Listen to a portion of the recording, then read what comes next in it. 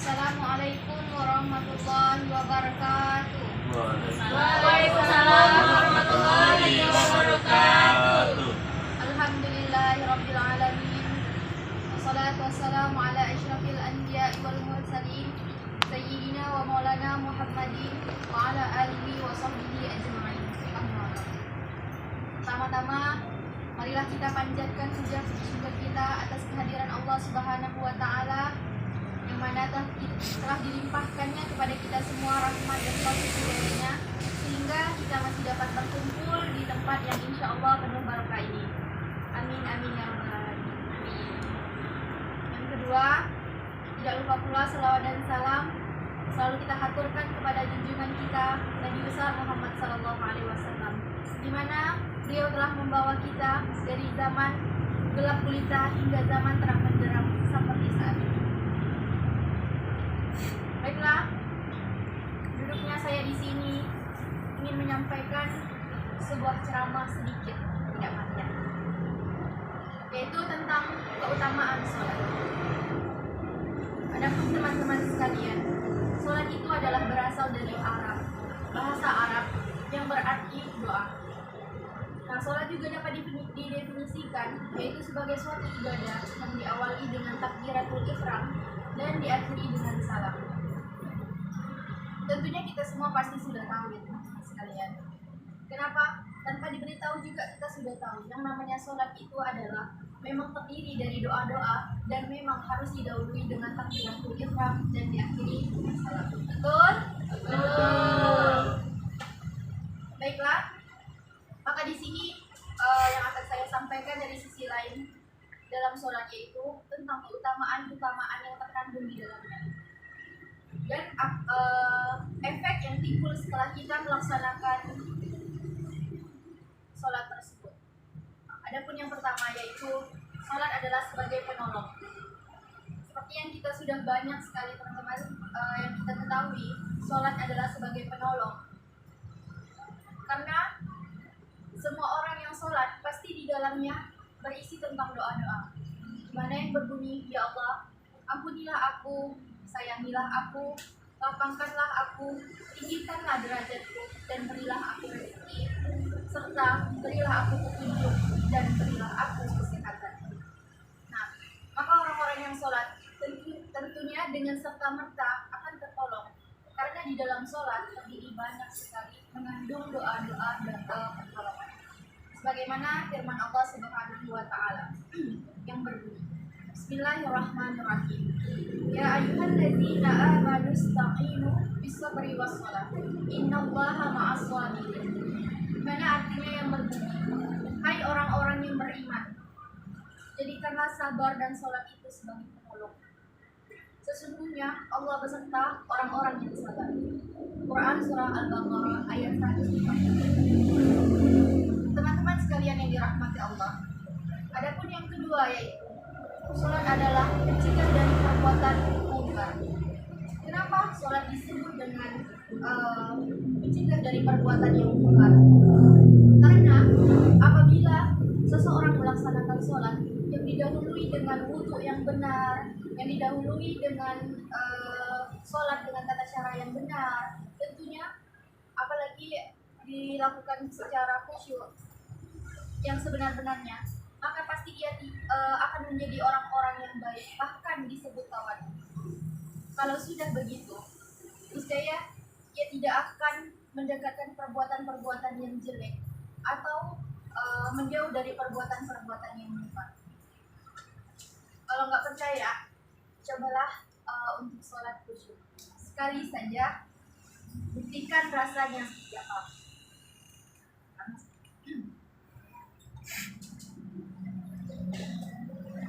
Nah, di dalam sholat ini juga Allah berfirman yang berbunyi, Inna sholata tanha 'anil fahsya'i wa 'anil munkar walidzukurullahi akbar wallahu ya'lamu ma tasna'un. Yang artinya, sesungguhnya sholat itu dapat mencegah dari perbuatan-perbuatan keji dan munkar. Quran surah Al-Ankabut ayat 45.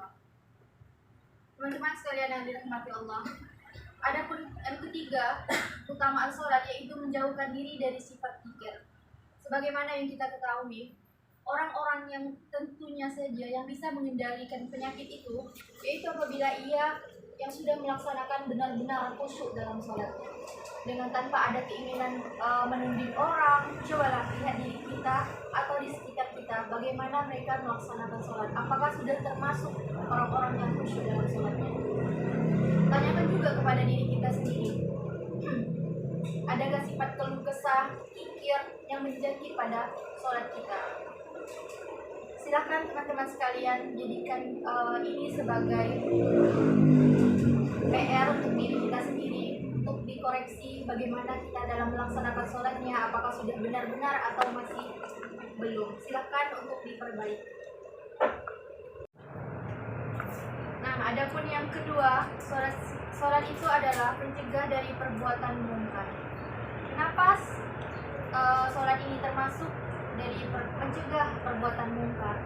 Karena apabila sholat dengan didahului wudhu yang benar, kemudian sholat dengan tata cara yang benar, lalu menyertakan kekhusyuan yang benar, maka pasti ia akan menjadi orang-orang yang baik, bahkan tawadu. Nah, kalau sudah begitu, niscaya kita tidak akan mau mendekatkan perbuatan-perbuatan yang jelek ataupun menjauhi dari perbuatan-perbuatan yang mungkar. Sebagaimana firman Allah Subhanahu wa taala di dalam Al-Qur'an yang berbunyi, Bismillahirrahmanirrahim, Innas sholata tanha 'anil fahsya'i wal munkar wa lidzikrullahi akbar wallahu ya'lamu ma tasna'un. Shadaqallahul azim. Yang artinya, sesungguhnya sholat itu dapat mencegah dari perbuatan-perbuatan keji dan mungkar. Quran Surah Al-Ankabut ayat 45. Teman-teman sekalian, adapun yang terakhir dalam keutamaan sholat, yaitu dapat menjauhkan dari sifat kikir. Nah, kebiasaan ini berkeluh kesah jika sedang susah dan kikir, alias biasa disebut dengan pelit. Jika mendapatkan nikmat itu adalah sifat manusia secara umumnya. Hanya orang-orang tertentu saja yang bisa mengendalikan penyakit itu, yaitu apabila ia termasuk orang-orang yang benar dalam sholatnya. Dengan tanpa adanya keinginan menunding sholat, cobalah kita lihat diri kita terlebih dahulu dan sekitar kita, lalu kita tanyakan kepada diri kita, adakah sifat keluh kesah dan kikir yang menjangkit orang yang sholatnya? Bagus, silakan pertanyaan ini dijadikan sebuah PR dan biarkan menjadikan keheningan yang menemani hadirin menilai jawabannya sebagai bahan evaluasi nantinya. Sebagaimana firman Allah Subhanahu wa taala, idmasahu syarru jarru'an wa idmaddasahul khairun manu'an illa musallimin. Yang artinya, apabila manusia ditimpa kesusahan, ia berkeluh kesah, dan apabila ia mendapatkan kebaikan, ia amat kikir, kecuali orang-orang yang mengerjakan sholat. Quran Surah Al-Ma'rij ayat 20 sampai dengan 22. Teman-teman sekalian yang dirahmati Allah, tidak hanya itu keutamaan yang akan diberikan kepada orang-orang yang sholat, melainkan banyak sekali keutamaan-keutamaan yang dapat kita ambil dalam sholat.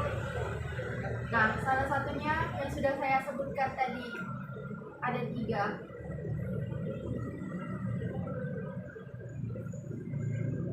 Marilah kita selalu berupaya untuk menjaga sholat dan meningkatkan kualitas sholat kita, agar kita selalu senantiasa untuk mendekatkan diri kepada Allah Subhanahu wa taala. Tidak hanya kita menjadi orang-orang yang beruntung di dunia, tapi kita juga menjadi orang-orang yang beruntung di akhirat kelak. Amin amin ya rabbal alamin. Mungkin sebelum kita mengakhiri majelis pada pagi hari ini, marilah kita bersama-sama untuk membaca salawat kepada baginda Nabi besar Muhammad Sallallahu Alaihi Wasallam. 1, 2, 3. Allahumma hamna bil Qur'an wa lana imaman